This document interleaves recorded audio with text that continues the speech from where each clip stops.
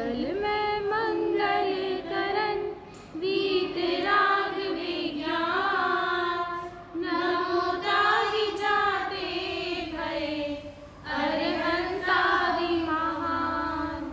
करि मंगल करि हो महा ग्रंथ करन को काज, जाते मिले समाज सब पावे निज कर राज। ग्रंथ का मंगलाचरण कर तो अर्थ पता होगा ना, है ना। इसी से पता चलता है कि वो बहुत महाग्रंथ लिखने वाले थे, है ना, है ना। वो करि मंगल करि हो महा ग्रंथ करन को काज, कि मैं बहुत महान ग्रंथ लिखने वाला हूँ, लेकिन आयु कम रह गई इसलिए लिख नहीं पाए, है ना। हाँ, कल हमने अनुयोगों का प्रयोजन पढ़ा था। पूछना है किसी को? हाँ, कर्णानियोग, प्रथमानियोग का और कर्णानियोग का हुआ था, है ना। आज पढ़ना है चरणानियोग से। चलो पढ़ो, कौन पढ़ेगा? मैं किसी से भी पूछ सकती हूँ, ठीक है ना। ऐसे पढ़कर चलना है कि मैं बीच में से पूछ सकती हूँ किसी से भी। पढ़ो सस्ती। चरणानियोग का प्रयोजन कहते हैं। चरणानियोग में नाना प्रकार धर्म के साधन निरूपित करके जीवों को धर्म में लगाते हैं। जो जीव हित अहित को नहीं जानते, हिंसादिक पाप क्रियाओं में तत्पर ही रहते हैं, उन्हें जिस प्रकार पाप कार्यों को छोड़कर धर्म कार्यों में लगे उस प्रकार उपदेश दिया है। क्या कहा कि अब चरणानियोग का प्रयोजन कहते हैं। चरणानियोग में जिस प्रकार जीव धर्म में लगे ऐसा निरूपण किया है, ठीक है। जो जीव हित अहित को नहीं जानते, जिन्हें अपना भला बुरा नहीं पता, हिंसादिक पाप कार्यों में लगे रहते हैं, ठीक है। उन्हें यही नहीं पता कि यहाँ पर ये कार्य करने से हिंसा होती है, तो उन्हें जिस प्रकार पाप कार्यों को छोड़कर धर्म कार्यों में लगाने का उपदेश दिया। ये कैसी जीवों के लिए होता है? मतलब जो बिल्कुल अव्युत्पन्न मिथ्या दृष्टि बताए ना। देखो पंडित जी इसमें दो तरह के लोगों को लेकर चल रहे हैं। एक तो बिल्कुल जो मिथ्या दृष्टि है, जिन्हें धर्म के बारे में कुछ पता ही नहीं है, उन्हें बोला अव्युत्पन्न मिथ्या दृष्टि, जो अनादि से मिथ्या दृष्टि है। और एक बोला जो तत्व ज्ञान को समझ चुके, उनके लिए। दोनों से हमने प्रथमानियोग में भी पढ़ा था ना कि जो अव्युत्पन्न मिथ्या दृष्टि है उनका भी उपकार होता है। वो कैसे होता है? और जो जीव धर्म मार्ग में लगे हुए हैं उनको ये उदाहरण स्वरूप भाषित होते हैं, तो उनका भी उपकार होता है। ऐसे ही कर्णानियोग में भी पढ़ा कि जो जीव नहीं जानते, जिनकी बुद्धि बहुत चंचल है, उनका भी उपयोग इसमें लगता है, इसलिए उनको भी दिया। और जो जीव तत्व ज्ञान को पा चुके हैं, है ना, उनको ये और विशेष जानना होता है, ठीक है, तो उनको भी फायदा होता है। ऐसे ही चरणानियोग में क्या कह रहे हैं कि जिनको कुछ नहीं पता धर्म कार्यों का, ठीक है, जिन्हें ABCD भी नहीं पता धर्म की, उन्हें ये भी नहीं पता कि चींटी में जीव है, तो उनको ये धर्म के क्या हिंसादिक पाप कार्यों में ही तत्पर रहते हैं, उन्हें जिस प्रकार पाप कार्यों को छोड़कर धर्म मार्ग में लगे उस प्रकार का उपदेश दिया, ठीक है। पढ़ो। उसे जानिए। आपने ऐसी चीज बोली थी कि जो राममल जी हैं वो तत्व जिज्ञासु थे, इसलिए डोरामल जी के पास गए थे। तो वो रात्रि भोजन क्यों करते थे जब वो? देखो, रात्रि भोजन दो प्रकार का होता है कि एक तो चारों प्रकार, देखो पांचवी प्रतिमा जी होती है, जब हम वो लेते हैं पंचम गुण स्थानवर्ती जीव के जो 11 प्रतिमाएं कही हैं, वहाँ पर आया है रात्रि भुक्ति त्याग, आया है ना। तो क्या चौथे गुण स्थानवर्ती जीव रात्रि भोजन करता होगा? नहीं करता ना, वो तो प्रथम भूमिका में ही छूट जाता है, बल्कि सम्यक दर्शन होने से पहले ही छूट जाता है, कि सदाचार में ही आ जाता है ये तो जैनियों के। तो वहाँ पर क्या कहा कि अतिचार लगते थे, कि जैसे वो दवाई आदि ले लेता था, ठीक है, उसको रात को अगर खांसी कुछ ज़्यादा ऐसा हो गया तो वो पानी आदि ले लेता था, तो वो अतिचार अब वहाँ पे वो भी नहीं लगेंगे, उसको कहते हैं रात्रि भोजन त्याग। तो उन्होंने वो प्रतिमा ली थी वहाँ पर, ठीक है। पढ़ो। उसे जानकर जो धर्म आचरण करने को सन्मुख हुए, वे जीव ग्रस्त धर्म व मुनि धर्म का विधान सुनकर आपसे जैसा सदे वैसा धर्म साधन में लगते हैं, ठीक है। अब जो धर्म करने को उत्सुक हुए हैं, जो धर्म को चाहते हैं करना, वे जीव गृहस्थ धर्म व मुनि धर्म का विधान सुनकर, जब उन्हें बताया कि दो तरह के मार्ग होते हैं, कि मुनि धर्म होता है, उत्कृष्ट तो मुनि धर्म है, लेकिन अगर तुम मुनि धर्म अंगीकार नहीं कर सकते तो श्रावक धर्म भी अंगीकार कर सकते हो। तो उनको जैसा सधे, अगर वो पूरा त्याग करने के लिए समर्थ है तो मुनि धर्म अंगीकार करते हैं, और अगर एक देश त्याग करने के लिए समर्थ होते हैं तो उन्हें गृहस्थ धर्म का उपदेश देते हैं, ठीक है। ऐसे साधन से कसाई मंद होती है और उसके फल में इतना तो होता है कि कुवती में दुख नहीं पाते, किंतु सुगति में सुख प्राप्त करते हैं।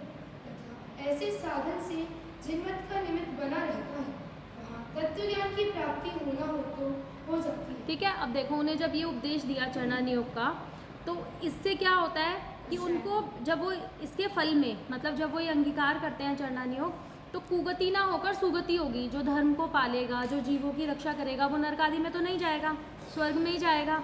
ठीक है, तो कुगति ना होकर सुगति में जाना होता है, तो दुख नहीं पाते। और क्या होगा कि जब वो बार बार इसको पढ़ेगा, तो इस देखो एक होता है सातिशय पुण्य, वो किसको बनता है? जो धर्म, सातिशय पुण्य कहते किसे हैं? कि धर्म, जिसके फल में हमें धर्म का निमित्त बने। ठीक है, जैसे हमको जिनवाणी मिली है ना, देव शास्त्र गुरु मिले हैं, तो ये हमारा सातिशय पुण्य है। कि एक तो पुण्य ऐसा भी होता है कि बाहर में लौकिक संपदा मिल जाए, ठीक है, घर परिवार अच्छा मिल जाए, बहुत प्रतिष्ठा हो जाए, एक तो ये पुण्य होता है, ये लौकिक पुण्य है। लेकिन एक सातिशय पुण्य होता है, वो क्या होता है? जिसमें हमें धर्म का निमित्त बने। तो वही लिखा तथा ऐसे साधन से जिनमत का निमित्त बना रहता है, मतलब सातिशय पुण्य बनता है उसको। और वहाँ तत्व ज्ञान, देखो बाहर के पुण्यों से तो तत्व ज्ञान की प्राप्ति होगी या नहीं होगी? नहीं होगी। कौन से ग्रंथ में आया कि ये लौकिक सुखों से क्या होगा कि जब मुझे ये प्रतिष्ठा आदि होंगे तो मुझे मान होगा। ठीक है, मान से दुर्गति में गमन होगा। तो हे भगवान, मुझे ऐसा पुण्य नहीं चाहिए, लेकिन ऐसा पुण्य तो चाहिए ना जिसमें मुझे देव शास्त्र गुरु का निमित्त बना रहे, जिसमें मुझे तत्व ज्ञान की प्राप्ति होने की संभावना हो। ठीक है, तो जिस जीव को ये सातिशय पुण्य बंधेगा, उसको अगर तत्व ज्ञान की प्राप्ति होना होगी तो वो भी हो जाएगी, लेकिन इसके अलावा नहीं होगी। इसी से हो जाए ये भी ज़रूरी नहीं है, हर जीव को थोड़ी होती है, लेकिन इसके बिना भी नहीं होगी। पढ़ो।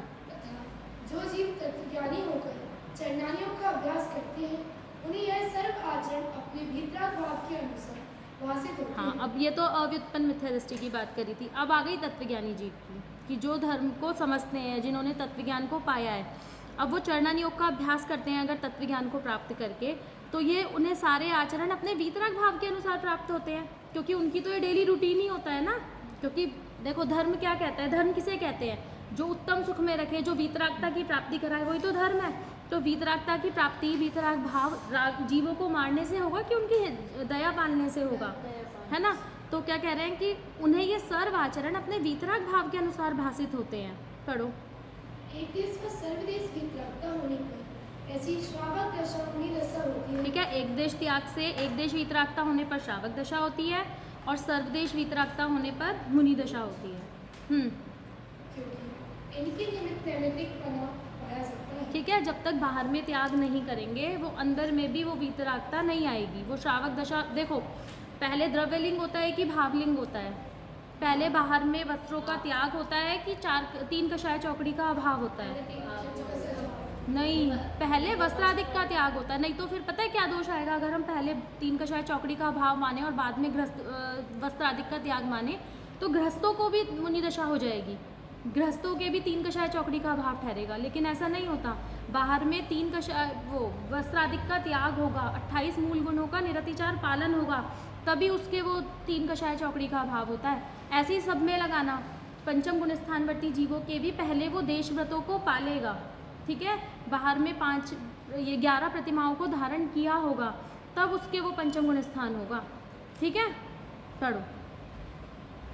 तो इसीलिए कहा इनके निमित्त नैमित्तिक पना है कि बाहर में वो ऐसा चारित्र पलता है और अंदर में वो वीतरागता होती जाती है। ऐसा जानकर श्रावक मुनि धर्म की विशेष पहचान कर जैसा अपना वीतराग भाव बुरा हो, वैसा अपने योग धर्म को साधते हैं। ठीक है, श्रावक धर्म और मुनि धर्म के विशेष जानकर, मतलब उनके और भेदों को जानकर, उनके बारे में विशेषता से जानकर, जैसा अपने वीतराग भाव हुआ हो, अपने योग्य धर्म को साधते हैं, जितना हमको हुआ हो।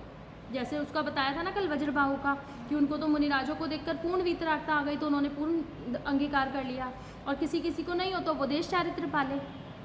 वहाँ जितने अंश में वीतरागता होती है उसे कार्यकारी जानते हैं, जितने अंश में राग रहता है उसे हे जानते हैं।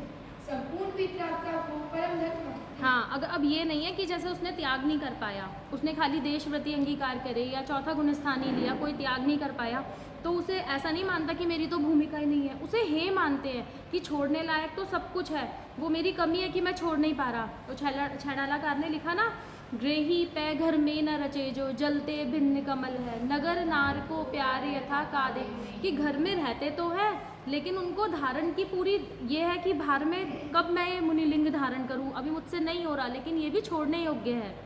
ठीक है, भजन भी है ना, क्या है वो, संयम धार सके ना पै और धारण की उर चटाचटी, ये सम्यक दृष्टि की रीति बताई, किसने लिखा है ये, समदृष्टि द्रगधारी की मोह रीत लगत है अटापटी, कि संयम धारण कर ना सके पर धारण की और चटाचटी, उनको हर समय ये रहता है कि कब मैं धारण करूं, कब मैं धारण करूं, अभी धारण नहीं कर पा रहे, ऐसी भूमिका नहीं है। तो वही कि वो हे तो जानते हैं उसको, संपूर्ण वीतरागता को ही परम धर्म मानते हैं।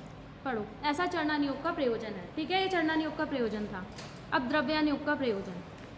अब द्रव्यानुयोग का प्रयोजन कहते हैं, द्रव्यानुयोग में द्रव्यों का व तत्वों का निरूपण करके जीव धर्म में लगते हैं। देखो, अब इसमें अगर किसी को सम्यक दर्शन होना मतलब हमें करना तो अल्टीमेटली यही कार्य है जो द्रव्यानुयोग में जो वस्तु का स्वरूप कहा है, लेकिन उसको करने के लिए चरणानुयोग से भी आ सकते हैं, कर्णानुयोग के माध्यम से भी लग सकते हैं, प्रथमानुयोग के माध्यम से भी लग सकते हैं।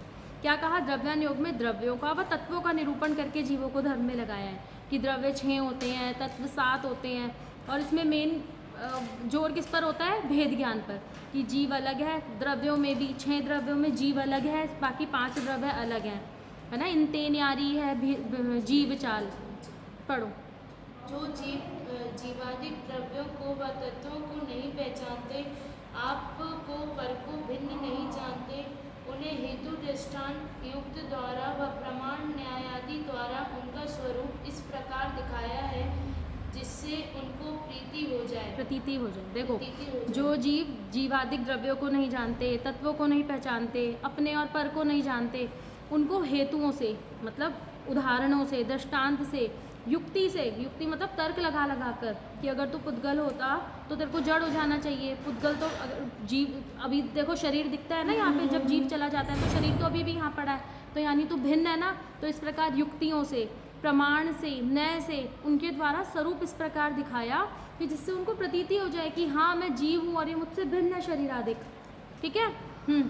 उसके अभ्यास से अनादि अज्ञानता दूर होती है, अन्य मत कल्पित तत्वादिक झूठ भाषित हो, तब जिनमत की प्रतीति हो और उनके भावों को पहचानने का अभ्यास रखे तो शीघ्र ही तत्व ज्ञान की प्राप्ति हो जाए। ठीक है, द्रव्यानुयोग का अभ्यास करने से अनादि अज्ञानता दूर होती है, जो अनादि से मिथ्यात्व चला आया था उस पर प्रहार होता है, वो टूटता है। अन्य मत कल्पित जो तत्वादिक हैं, जो अन्य मतियों ने तत्वों का वर्णन किया है, वो कैसे लगते हैं, वो झूठ भाषित होते हैं, वो लगता है कि ये कल्पित है, काल्पनिक है। जो हमने जीव और अजीव को भिन्न दिखाया ना, तो इसका हर समय देखो, द्रव्यानुयोग क्या है, वो घोटने की चीज़ है।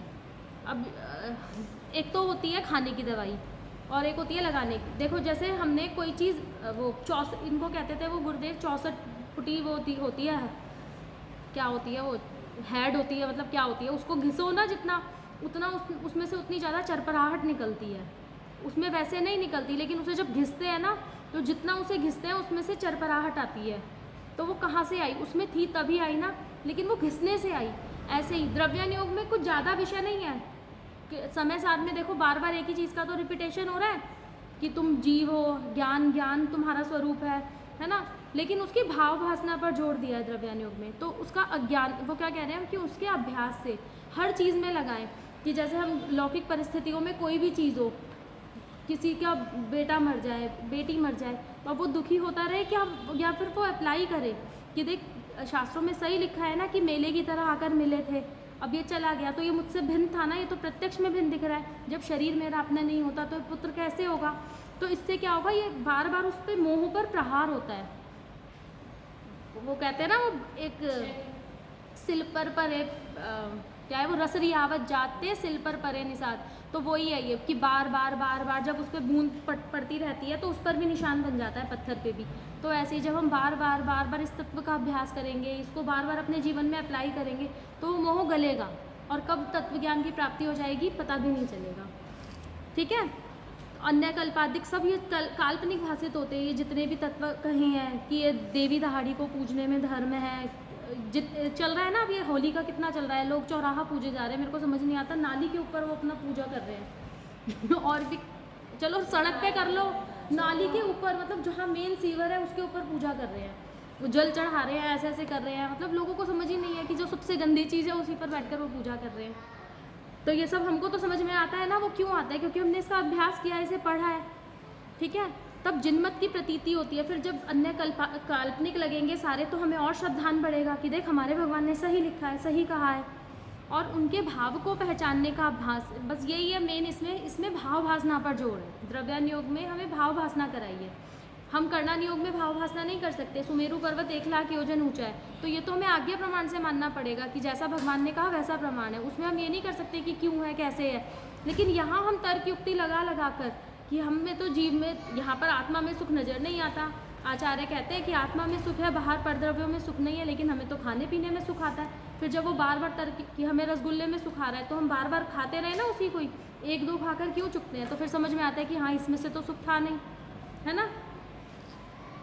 तो शीघ्र ही तत्व ज्ञान की प्राप्ति हो जाए, जब बार बार उसका अभ्यास रखेंगे, उसकी भाव भासना करेंगे तो तत्व ज्ञान की प्राप्ति भी शीघ्र हो जाएगी। पढ़ो। तथा जिनके तत्व ज्ञान हुआ हो वे जीव द्रव्यानियों का अभ्यास करें तो उन्हें अपनी श्रद्धान के अनुसार वह सर्व कथन प्रतिभासित होते हैं। हाँ, अब कोई कहे कि अब तो चलो ये तत्व ज्ञान कराने के लिए था, तो जिन जीवों को नहीं हुआ वो तो पढ़कर इससे तत्व ज्ञान कर ले, लेकिन जिन जीवों को हो गया उनको क्यों कार्यकारी है। तो उनको, जो जीव इसका अभ्यास करते हैं तत्व ज्ञान प्राप्त करके, उन्हें अपने श्रद्धान के अनुसार सर्वकथन भाषित होते हैं। उनका मिलान होता है ना कि देख मुझे यहाँ पर सच्ची में ही आत्मा में सुख है और ऐसे ही आचार्य ने लिखा है, अपनी मैचिंग होती है ना, तो जहाँ गलती होती है वो गलती भी निकल जाती है। जैसे किसी ने कोई विद्या सीख ली, परंतु यदि उसका अभ्यास करता रहे तो वह याद रहती है, ना करे तो भूल जाता है। अगर किसी ने कोई विद्या सीखी हो, धनुष चलाना सीखा हो, तलवार चलाना सीखा हो, कोई भी विद्या सीखी हो, अब वो उसका प्रैक्टिस नहीं करेगा तो भूल जाएगा। अब ये जो सैनिक खड़े होते हैं बॉर्डर पर, तो हर समय तो उनकी लड़ाई नहीं होती, तो वो हर समय क्यों वहाँ पर बुलाए रखते हैं उनको, हर समय वो राइफल भी चलाना उनको हर टाइम चलाते रहते हैं, निशानेबाजी वगैरह। कोई कहे इतनी महंगी आती है, तुम क्यों बर्बाद कराते हो, इन्होंने सीख तो लिया ही है, जब लड़ाई होगी तब चला लो। अरे भाई वो भूल जाएंगे, है ना, उसका रिवीजन ज़रूरी होता है ना। तो ऐसे ही यहाँ पर ये उसकी रिवीजन है एक तरह से, जो जिन्होंने तत्वज्ञान प्राप्त किया। और फिर उपयोग को लगाए कहाँ, क्योंकि बुद्धि तो हमारे पास, अब चलो हमने ले लिया तो या तो बाहर में लगेगी या शास्त्रों में लगेगी, तो बाहर लगाने से तो अच्छा शास्त्रों में लगाए, हर टाइम तो आत्मा में उपयोग रहेगा नहीं। पढ़ो। इस प्रकार इसको तत्वज्ञान हुआ, परंतु यदि उसके प्रतिपादक द्रव्यानियों का अभ्यास करता रहे तो वह तत्वज्ञान रहता है, ना करे तो भूल जाता है ना। अगर अब इसका रिवीजन करता रहेगा तो याद रहेगा, नहीं तो भूल जाएगा। अथवा संक्षेप रूप से तत्वज्ञान हुआ था, वह नाना युक्ति हेतु दृष्टांत आदि द्वारा स्पष्ट हो जाए तो उसमें शिथिलता नहीं हो सकती, तथा इस अभ्यास से रागादिक घटना से शीघ्र मोक्ष साधता है। ठीक है, अब कह रहे हैं कि संक्षेप रूप से तत्वज्ञान हुआ था, हमने थोड़े से जाना था, मतलब कम शब्दों में हमने तत्वज्ञान को पा लिया था। लेकिन अब जब उसका विस्तार से सुनेंगे, समझेंगे, तर्क युक्ति लगा कर, देखो जैसे हमने कुछ चीज़ सीखी, क्या उदाहरण दूँ, जैसे कुछ भी हमने सीखा, लेकिन अब हम उसको, जैसे ट्रिग्नोमेट्री है, तुमको बहुत मुश्किल लगती है ना, तुमने सीख लिया अभी, है अभी तुम्हें लगता है कि वेस्ट है, कुछ यूज़ नहीं है इसका, हमने क्यों सीखा। लेकिन जब इंजीनियरिंग आदि करोगे तब लगाओगे कि अगर हमें यहाँ पर पेड़ लगाना है, इसकी शैडो यहाँ तक आनी चाहिए, उसका मतलब जब अप्लाई करोगे तब उसकी विशेष महिमा भी आती है और बना रहता है, वो पक्का हो जाता है, और फिर वो कालांतर में भूलते भी नहीं है, है ना।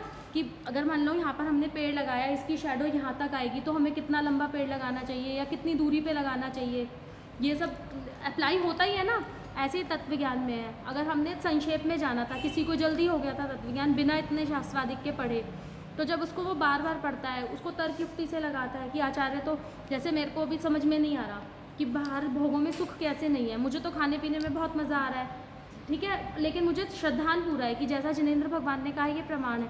लेकिन जब बार बार उसका स्वरूप विचारेंगे कि देख है ना, सच्ची में ही तो लिखा, तो जैसे प्रथमान योग आदि से भी पढ़ें कि वो जीव वहाँ से आया था, वहाँ चला गया, उसने, ये चारुदत्त का आता है कि वो भोगों में लगा तो उसकी कितनी बुरी दुर्दशा हुई, तो अपनी दृढ़ता बढ़ती है ना कि देख सही लिखा है आचार्यों ने, अपना मिलान भी होता है। समझ में आ रहा है क्या कह रहे हैं? नींद आ रही है? चलो पढ़ो।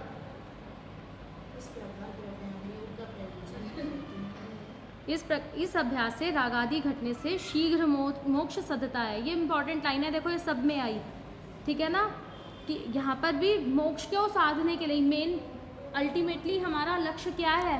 मोक्ष, ठीक है। इस प्रकार द्रव्य अनुयोग का प्रयोजन जानना। अनुयोगों के व्याख्यान का विधान। अब ये अनुयोगों का व्याख्यान किस प्रकार होता है? ये तो हमें बताया था कि वो किस लिए कार्यकारी हैं, कि वो किए क्यों हैं। अब उनकी शैली कैसी है, उनका विधान कैसा है, वो बताएंगे। पढ़ो। विधान होता है हाँ, कि उसका संक्षेप में वर्णन करना। पढ़ना है क्या ना? व्याख्यान मतलब कहना, हाँ, उसको कहने का क्या कला है, उसको कैसे कहना, वो कहने की तरीका। हाँ। पढ़ो। मतलब हमको किसको कितनी वेटेज देना, ये समझना है। जैसे मैंने कहा कि एक तो जैसे किसी ने कहा, बड़े पंडित जी ने कोई बात कही, ठीक है, उनकी बात की अलग वेटेज होती है ना। फिर एक बात दीदी ने कही, उनकी बात की अलग वेटेज होगी, उनसे कम होगी लेकिन होगी। फिर एक बात मैंने कही तो उनसे तो कम ही होगी ना मेरी भी। तो ये ऐसे इसमें कि वो किसकी कितनी वेटेज है, मतलब वो क्या कहता है, हाँ, ठीक है। प्रथमानुयोग की बात कैसे लेनी हमको, मतलब किस प्रकार अंगीकार करनी, ठीक है। द्रव्यानुयोग को कैसे अंगीकार करना, ये बता रहे हैं, ठीक है। व्याख्यान का विधान अभी पढ़ोगे ना तो समझ में आ जाएगा। पढ़ो। अनुयोगों के व्याख्यान का विधान। अब इन अनुयोगों में किस प्रकार व्याख्यान को कहते हैं? प्रथमानुयोग व्याख्यान का विधान। प्रथमानुयोग में जो मूल कथाएं हैं वे तो जैसी है वैसी ही निरूपित करते हैं तथा उनमें प्रसंगोपात व्याख्यान होता है। वह कोई तो ज्यों का त्यों होता है, कोई ग्रंथकर्ता के विचार अनुसार होता है, परंतु प्रयोजन अन्यथा नहीं होता। ठीक है। क्या कहा कि प्रथमानुयोग में जो मूल कथाएं हैं वो तो जैसी की तैसी हैं, ठीक है, लेकिन उसमें जो प्रसंगोपात व्याख्यान, मतलब जो प्रसंग के आने पर जो व्याख्यान होता है वह जो का त्यों भी हो सकता है और कोई ग्रंथकर्ता के विचार अनुसार भी होता है। हमें मिलती भी है ना कई कई चीज़ें कॉन्ट्राडिक्टी। जैसे हमने ये पढ़ा कि श्रेणिक ने आत्महत्या की थी, राजा श्रेणिक ने। कोई कहता है हीरा चाटने से की थी, कोई कहता है कि उसको हार्ट अटैक आ गया था उसको आते हुए देखकर, कोई कहता है पटक के जान दी थी।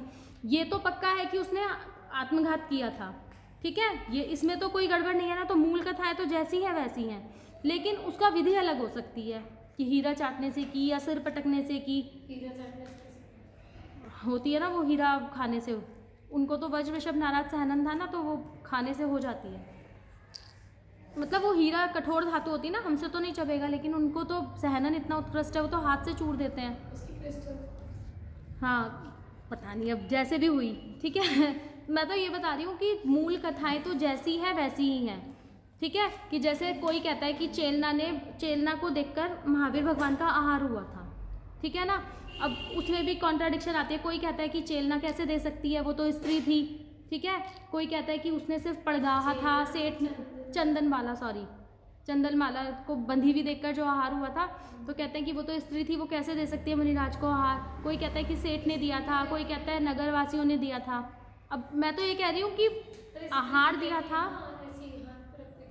अब बहुत इसमें भी ना बहुत विवाद है। अभी तुम आओगे ना, जब प्रवचन वगैरह करोगे, जब समाज में देखोगे कहोगे, तब पता चलेगा। वैसे ग्रंथ में क्या लिखा है? ग्रंथ में कई तरह के वर्णन आते हैं, अलग अलग। वही तो मैं कह रही हूँ कि अलग अलग आचार्यों ने अलग अलग कथन शैली से वर्णन किया। तो सही कौन सा? मूल कथा तो ये सही है कि आहार हुआ है, लेकिन अब किसने दिया? इसकी कथा में पूछे कि स्त्रियां मुनिराज को आहार देती हैं, नहीं ये देखो दोनों ही बातें सही आती हैं।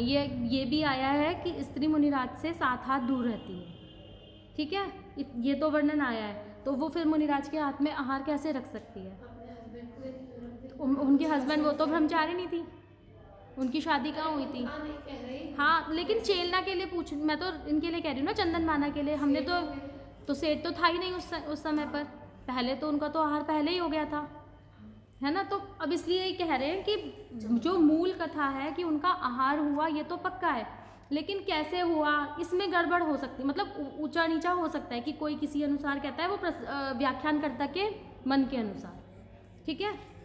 बताया तो पेट का नहीं आता कि 7 हाथ दूर रहते हैं, और दूसरा ये लोग कहते हैं कि उनने उन्हें आहार दिया था, ये नॉर्मल जैसे वो मुझे भी ज़्यादा नहीं पता उसके बारे में। चलो ठीक है, लेकिन प्रयोजन अन्यथा नहीं होता, ये पक्का है कि प्रयोजन वो वीतरागता को साधने का ही होता है। ठीक है, पढ़ो।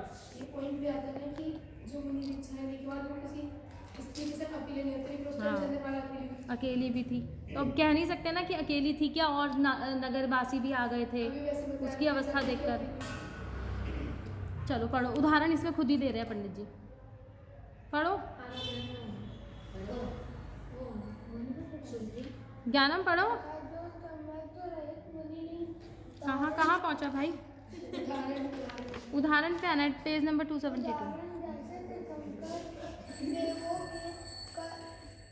कल्याणकों में इंद्र आए, यह कथा तो सत्य है तथा इंद्र ने स्तुति की, उसका व्याख्यान किया तो इंद्र ने तो अन्य प्रकार से ही स्तुति की थी, और यहाँ ग्रंथकर्ता ने अन्य ही प्रकार से स्तुति करना लिखा है, परंतु स्तुति रूप प्रयोजन अन्यथा नहीं हुआ। ठीक है, जैसे तीर्थंकर भगवान के जब कल्याणक होते हैं तो देव आते हैं, इंद्र आए तो उन्होंने भगवान की स्तुति की। अब ग्रंथकर्ता ने जो शब्द लिखे हैं जरूरी थोड़ी है वही शब्द लिखे हों, है ना। उन्होंने किसी और प्रकार से स्तुति की थी, इन्होंने किसी और प्रकार से लिख दी, लेकिन स्तुति की थी, ये पक्का है। ठीक है, पढ़ो।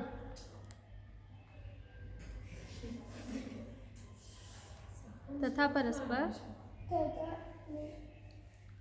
तथा परस्पर किन्हीं के वचनालाप हुआ, वहाँ उनके तो अन्य प्रकार अक्षर निकले थे, यहाँ ग्रंथकर्ता ने अन्य प्रकार कहे, परंतु प्रयोजन एक ही दिखलाते हैं। जैसे अब पंडित जी ने, ये बहादुर जी कहते हैं ना कि राजुल का और नेमिनाथ का संवाद हुआ। ठीक है, वो कहते हैं ऐसा पॉसिबल ही नहीं है, वो कोई इतनी बातें करेंगे, जब उनको इतना वैराग्य आ गया और उन्होंने दीक्षा ले ली तो वो स्त्री से ऐसी बातें करेंगे, तो उन्होंने वो सपने में दिखा दिया। ठीक है, लेकिन ये हुआ है, ऐसा सत्य है। इंदौर में भी सपने में सपने दिखाया में था। दिखाया। हाँ, तो अब यही तो कह रही हूँ ना कि वो तो ग्रंथकार के ऊपर है कि वो बस, लेकिन ये पक्का है कि उनको वैराग्य आया था, वो दीक्षा लेकर चले गए थे, और राजुल ऐसे रोई भी थी। ठीक है, पढ़ो। तथा नगर वन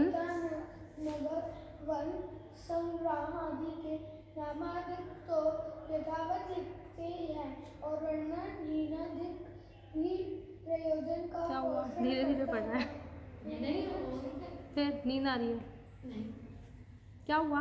कुर्ते में पेंसिल चला रही थी। अच्छा, चलो देखो क्या लिखा। नगर वन संग्राम आदि के नाम तो यथावत ही लिखते हैं कि उस नगर का नाम ये था, संग्राम का नाम ये था। वर्णाधिक हीनाधिक भी हो सकता है उनका वर्णन, कि वो इतने ऊंचे ऊंचे नगर थे, तो वो कम भी हो सकते हैं, ज़्यादा भी हो सकते हैं। ठीक है, लेकिन वो प्रयोजन गलत पुष्ट नहीं करते। अप्रयोजनभूत तत्वों में हीनाधिक भी चलता है, लेकिन प्रयोजनभूत में गड़बड़ नहीं होनी चाहिए। ठीक है, पढ़ो। चलो अब कोई और पढ़ो, किसी और से पढ़ाओ बेटा, पढ़ो पढ़ो। उसका नाम रखा है सुंदरी। अच्छा, उसको सुंदरी रखा है नाम? सारे जितने बच्चे आएंगे वो सारी सुंदरी है। अच्छा ठीक है, सुंदरी कक्ष पढ़ेगा। पढ़ो। तथा प्रसंग रूप कथा भी ग्रंथकर्ता अपने विचार अनुसार कहते हैं, जैसे धर्म परीक्षा में मूर्खों की कथा लिखी, तो वही कथा मनोवेग ने कही थी, ऐसा नियम नहीं है, परंतु मूर्खपने का पोषण करने वाली कोई कथा कही थी, ऐसा अभिप्राय का पोषण करते हैं। इसी प्रकार अन्यत्र जानना। ठीक है, एक ग्रंथ है धर्म परीक्षा, सुना है नाम? हाँ, पढ़ा है ये? अच्छा, इन्होंने ही बोला। इसमें क्या है, इसमें मूर्खों को वर्णन करने वाली कथा है, मतलब अन्य मतों का खंडन किया है इन्होंने। और कैसे किया है? कहानियाँ बना बना कर। ये दो दोस्त थे, एक जिन धर्मी था और एक अन्य मतों को मानता था, तो उसको मूर्खों की कथा दिखाई कि उसने ऐसा किया, तो उसने कहा ऐसा कैसे हो सकता है, तो मूर्खता है। तो फिर उसने सिद्ध किया कि तुम्हारे मत में भी तो यही करते हैं, ठीक है। तो वही कह रहे हैं कि धर्म परीक्षा में मूर्खों की कथा लिखी। तो मनोवेग ने वही कथा कही, ऐसा नियम नहीं है। जो कथा उसने प्रस्तुत की ज़रूरी नहीं है कि वही कथा कही हो, लेकिन कोई मूर्खपने को कहने वाली कथा कही थी जिससे उसकी वो अन्यमति की कल्पना टूटी थी, ठीक है, ये सच है। पढ़ो अब, और कोई पढ़ो वैदेही। यहाँ कोई कहे, यहाँ कोई कहे अयथार्थ कहना तो जैन शास्त्र में संभव नहीं। अब वो कह रहे हैं कि अब कोई कहे कि अयथार्थ कह रहे हैं, झूठ कह रहे हैं, तो ये तो जैन शास्त्रों में संभव नहीं है। उत्तर, अन्यथा तो उसका नाम है जो प्रयोजन अन्य का अन्य प्रकट करे। जैसे किसी से कहा कि तू ऐसा कहना, उसने वे ही अक्षर तो नहीं कहे परंतु उसी प्रयोजन सहित कहे, तो उसे मिथ्यात्वादी नहीं कहते। ठीक है, प्रयोजन अब क्या कहते हैं, अन्यपना किसे कहते हैं, अन्यथा कि वो प्रयोजन को अलग कर दे, ठीक है। प्रयोजन कुछ और था, जैसे वो आता है अजस्टेव, क्या है वो, मतलब अज को यज्ञ में डालने से यज्ञ होता है पूरा, अजय व्यष्टम ऐसी कुछ है, नहीं सुनी नारद की, जो वसु झूठ से ती नरक पहुंचा सुरग में नारद गया। हाँ, तो उसने, हाँ, तो उसमें प्रयोजन अन्यथा पुष्ट किया ना, तो वो तो मिथ्या दृष्टि है, तभी वो तुरंत नरक गया। लेकिन अगर प्रयोजन को सही पुष्ट करे, जैसे पापा ने कहा, कोई घर में आया, बच्चे से कहा कि कह दे पापा नहीं है, तो और वो कह दे कि पापा कह रहे पापा नहीं है, तो ये तो गलत हो जाएगा ना। उसने कह दिया कि है ही नहीं अंकल, पापा, कहा तो कुछ और शब्द थे, उसने कहे कोई और शब्द, तो ये अन्यथा कहना हुआ क्या, नहीं हुआ। तो वही कह रहे हैं कि अक्षर तो नहीं, देखो किसी ने कहा कि तू ऐसा कहना, उसने वे अक्षर तो नहीं कहे, कोई और ही अक्षर कहे, परंतु प्रयोजन सही है, तो उसे मिथ्या दृष्टि नहीं कहते, ऐसा जानना। पढ़ो। यदि जैसे का तैसा लिखने का संप्रदाय ही तो किसी ने बहुत प्रकार से वैराग्य चिंतन किया था, उनका सर्व वर्णन लिखने से ग्रंथ बढ़ जाएगा तथा कुछ ना लिखने से उसका भाव भाषित नहीं होगा। इसलिए वैराग्य के ठिकाने थोड़ा बहुत अपने विचार के अनुसार वैराग्य पोषक ही कथन करें, है ना। अगर जैसा का तैसा लिखना कहे तो फिर तो ग्रंथ, क्योंकि उस टाइम पर तो जब हम मुंह से बोलते हैं तो कितना कुछ बोल देते हैं, तो बहुत कुछ लिखना पड़ेगा विस्तार से, तो कितना बड़ा हो जाएगा ग्रंथ। और अगर हम संक्षेप में, तुम कह रहे हो अन्यथा नहीं लिखना, तो कुछ फिर छोटा लिखने के लिए मना करोगे तो कुछ भी नहीं लिखोगे, तो फिर हम कैसे किसी की बात को समझाएंगे, वैराग्य का पोषण कैसे होगा। तो क्या करते हैं कि उसको संक्षेप में अपने शब्दों में लिख देते हैं, है ना, लेकिन पोषण वही करते हैं, प्रयोजन वही सिद्ध होता है, ठीक है। पढ़ो। सलाह पोषक कथन नहीं करेंगे, वहाँ प्रयोजन अन्यथा नहीं हुआ, इसलिए अयथार्थ नहीं कहते। इसी प्रकार अन्यत्र जानना, ठीक है, समझ में आ गया कि वो अन्यथा नहीं कहा, कि वो शब्द आदि अगर इधर उधर हुए तो, लेकिन वो पोषण तो वीतरागता का ही करते हैं, उसी जो कथा घटी थी उसी कथा को कहने वाले हैं, इसीलिए वो अन्यथा के कहने वाले नहीं है। तथा प्रचमान योग में जिसकी मुख्यता हो उसी का पोषण करते हैं। जैसे किसी ने उपवास किया, उसका तो फल अल्प था, परंतु उससे अन्य धर्म परिणति की विशेषता हुई, इसलिए विषय उच्च पद की प्राप्ति हुई, वहाँ उसको उपवास ही का फल निरूपित करते हैं। इसी प्रकार अन्य जानना, जैसे सुगंधा दुर्गंधा की कथा आती है कि उन्होंने इतने इतने उपवास आदि किए थे तो उसको ये फल हो गया, लेकिन उपवास का तो फल कम था, है ना, लेकिन उसको जो विशुद्धि हुई थी उपवास के काल में, धर्म सुनने से जो विशुद्धि हुई थी उसका विशेष फल हुआ था। लेकिन अब किसी को उपवास कराना था, उसकी महिमा बतानी थी, तो वो हमने उसको उपवास का ही फल कह दिया कि उसको उपवास का फल हुआ था, उपवास किया था, इसीलिए वो स्वर्गाधिक में गई, ठीक है। तथा जिस प्रकार किसी ने शील आदि की प्रतिज्ञा दृढ़ रखी, वह नमस्कार मंत्र का स्मरण किया, वह अन्य धर्म साधन किया, उसके कष्ट दूर हुए, अतिशय प्रकट हुए, वही उन्हीं का वैसा फल नहीं हुआ है, परंतु अन्य किसी कर्म के उदय से वैसे कार्य हुए हैं, तथापि उनको उन शीलादिक का ही फल निरूपित करते हैं, ठीक है। अब जैसे किसी ने, अब हुआ था ना सेठ सुदर्शन में शील की प्रतिज्ञा ली थी, उनके ऊपर ऐसे ऐसे आरोप लगे, तो अब उनको बाद में देवों ने आके सहायता करी, तो हम क्या कहते हैं कि वो सेठ सुदर्शन शीलवान थे ना, इसलिए उनको ऐसा फल हुआ। लेकिन और भी बहुत से जीव हैं, उनको तो ऐसा फल नहीं हुआ, तो क्योंकि वो शीलादिक के उसके वजह से नहीं हुआ था, उनका पुण्य ऐसा था कि उनको बचाने आ गए देव, ठीक है। लेकिन उनकी महिमा दिखाने के लिए ऐसा बोल दिया कि शील व्रत के कारण हुआ, ठीक है, क्योंकि नहीं तो फिर अन्य लोग भी जो करते हैं उनको देव हर किसी को थोड़ी ना सहायता करने आते हैं, तो फिर लोग लड़ने लगे कि उनको तो आपने बचाया। कहते भी ना, तारा है सारा जमाना प्रभु हमको भी तारो, उसको भी तारा, उसको भी तारा। तो खाली उसी के फल में थोड़ी तारा, उनको और विशेष पुण्य का बंद हुआ। नहीं सुना तुमने ये भजन, तारा है सारा जमाना प्रभु हमने सुना है तुमने सीता को तारा, हमने सुना है तुमने अंजन को तारा, आए भैया हाँ हमको भी तारो। कहना देखते लोग कैसे तारा। चलो पढ़ो। लड़ते हैं भगवान से लोग कि आपने उनको, हमने क्या पाप। भजन भी ऐसे ऐसे कि हमने कौन सा पाप किए है जो आप हमारी सहायता को नहीं आए। पता नहीं, अभी थोड़े दिनों पहले एक मोटी जिनवानी मिली थी, उसमें ऐसे ऐसे भजन थे कि भगवान से लड़ने वाले कि हमने क्या किया कि आप हमारी सहायता, तुम तो सबके सहाय हुए, मैंने क्या आपकी वो खोली, अब मेरी विरद निहारो, मेरी तरफ देखो। तो ये खाली उन्हीं का ही फल नहीं था ना, और पुण्य विशेष था, उसका फल हुआ था। पढ़ो। होते हैं क्या?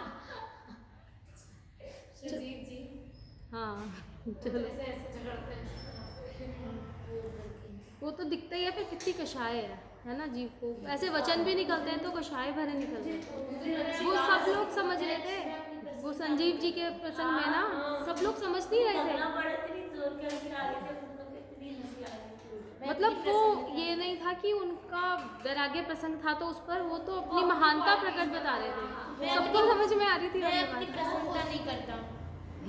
वो उसमें भी यही बता रहे थे कि मैंने संजीव को पढ़ाया तो ऐसे सब लोग होते हैं, ऐसे बहुत से लोग। आज भी मैं उनकी सुन रही थी, धर्मेंद्र जी की वैराग्य सभा, उसमें भी कोई एक शास्त्री थे, वो अपनी अपनी लाइमलाइट में आने के लिए अपना अपना गा रहे थे कि मैं तो छुप के रहने में विश्वास करता हूँ, ये करता हूँ। मैं उनका नाम भूल गई, कोई और थे उनके साथ के। मतलब उनको भी देखो कषाय कितनी तीव्र है कि वैराग्य का प्रसंग है, हमको तो विरक्ति के परिणाम होने चाहिए, और उसमें भी हम अपने को ऊंचा दिखाने का प्रयास करें, तो तीव्र कषाय का ही तो लक्षण है ये।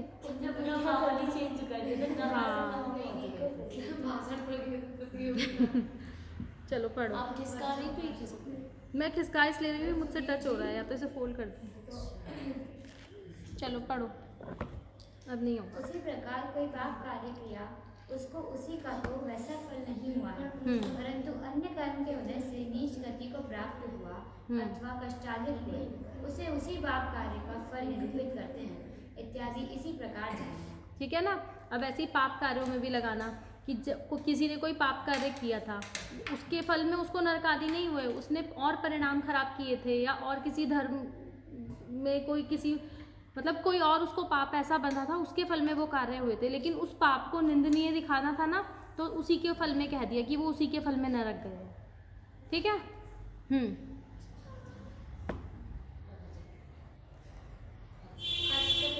अच्छा प्रवचन है तो खत्म करें। चलो थोड़ा सा ना, लेकिन पढ़कर आया करो।